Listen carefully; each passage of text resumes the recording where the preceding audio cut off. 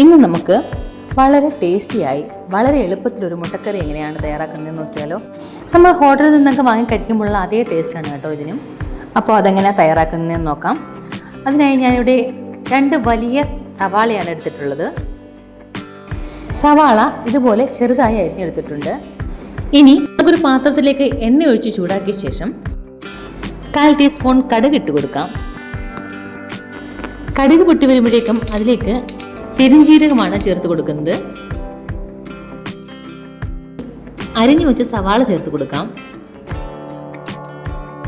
സവാള ഇട്ട് ഇളക്കുമ്പോൾ തന്നെ 2 വലിയ പച്ചമുളക് കൂടി അരിഞ്ഞു ചേർത്ത് കൊടുക്കണം. ഈ സവാള പെട്ടെന്ന് വഴണ്ട് വരാൻ വേണ്ടി ഒരു 1/4 ടീസ്പൂൺ ഉപ്പും അത്ര തന്നെ പഞ്ചസാരയും ചേർത്ത് കൊടുക്കുന്നുണ്ട്.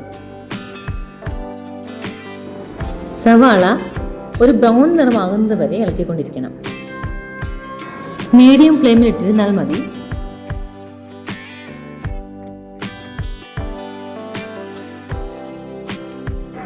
സവാളയുടെ നിറം മാറി ഒന്ന് സോഫ്റ്റായി വന്നിട്ടുണ്ട്. ഇനി ഇതിലേക്ക് 1 ടേബിൾ സ്പൂൺ ഇഞ്ചി വെളുത്തുള്ളി ചതച്ചത് ചേർത്ത് കൊടുക്കുന്നുണ്ട്. ഒരു 2 മിനിറ്റോളം നന്നായി വഴറ്റിയ ശേഷം അതിലേക്ക് ഒരു വലിയ തക്കാളി ചെറുതായി അരിഞ്ഞതും കൂടി ചേർത്ത് കൊടുക്കണം. കൂടെ കറിവേപ്പിലയും കൂടി ചേർക്കാം.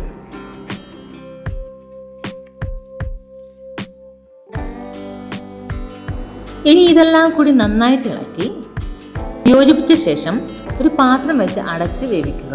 ഇതിലേക്ക് വെള്ളം ഒഴിക്കേണ്ട ആവശ്യമില്ല. ഫ്ലെയിം കുറച്ച് വെക്കാൻ ശ്രദ്ധിക്കണം. ഇടയ്ക്ക് തുറന്നൊന്ന് ഇളക്കി കൊടുക്കാം. അപ്പത്തിൻ്റെയും ചപ്പാത്തിയുടെയും കൂടെ ഒക്കെ കഴിക്കാൻ പറ്റുന്ന ഒരു നല്ലൊരു ഡിഷാണിത്.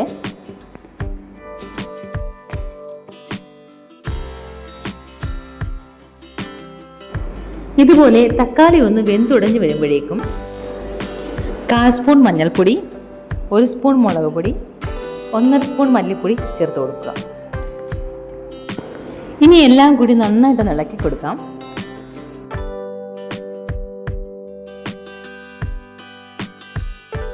മസാലയുടെ പച്ചമണം ഒന്ന് മാറി വരുമ്പോഴേക്കും 1 കപ്പ് വെള്ളം ഒഴിച്ചു കൊടുക്കാം. സാധാ പച്ചവെള്ളമാണ് ഒഴിച്ചു കൊടുത്തിരിക്കുന്നത്. ഗ്രേവി ലൂസായി വേണമെങ്കിൽ കുറച്ചുകൂടി വെള്ളം ചേർക്കാവുന്നതാണ്. ഉപ്പ് നോക്കിയ ശേഷം ആവശ്യത്തിന് ഉപ്പ് കൂടി ചേർത്ത് തിളപ്പിച്ചെടുക്കാം.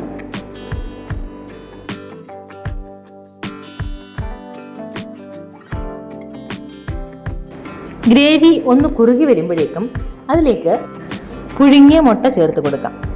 ഞാനിവിടെ 5 മുട്ടയാണ് എടുത്തിരിക്കുന്നത്. മുട്ട 2ആയി കട്ട് ചെയ്തോ അതല്ല എങ്കിൽ മുട്ടയിൽ വരയിട്ടോ ഇതിലേക്ക് ചേർത്ത് കൊടുക്കാം. കൂടെ കുറച്ച് കറിവേപ്പിലയും 1/4 ടീസ്പൂൺ ഗരം മസാലയും കൂടി ചേർത്ത് ഒരു 2 മിനിറ്റ് കൂടി തിളപ്പിച്ചെടുക്കണം. അങ്ങനെ നമ്മുടെ മുട്ടക്കറി റെഡി. ഇങ്ങനെ നല്ല കട്ടി ഗ്രേവിയിൽ വളരെ ടേസ്റ്റിയായി നമുക്ക് മുട്ടക്കറി ഉണ്ടാക്കിയെടുക്കാം. എല്ലാവരും ഒന്ന് ട്രൈ ചെയ്യണേ. അതുപോലെ സപ്പോർട്ട് ചെയ്യാനും മറക്കരുതേ.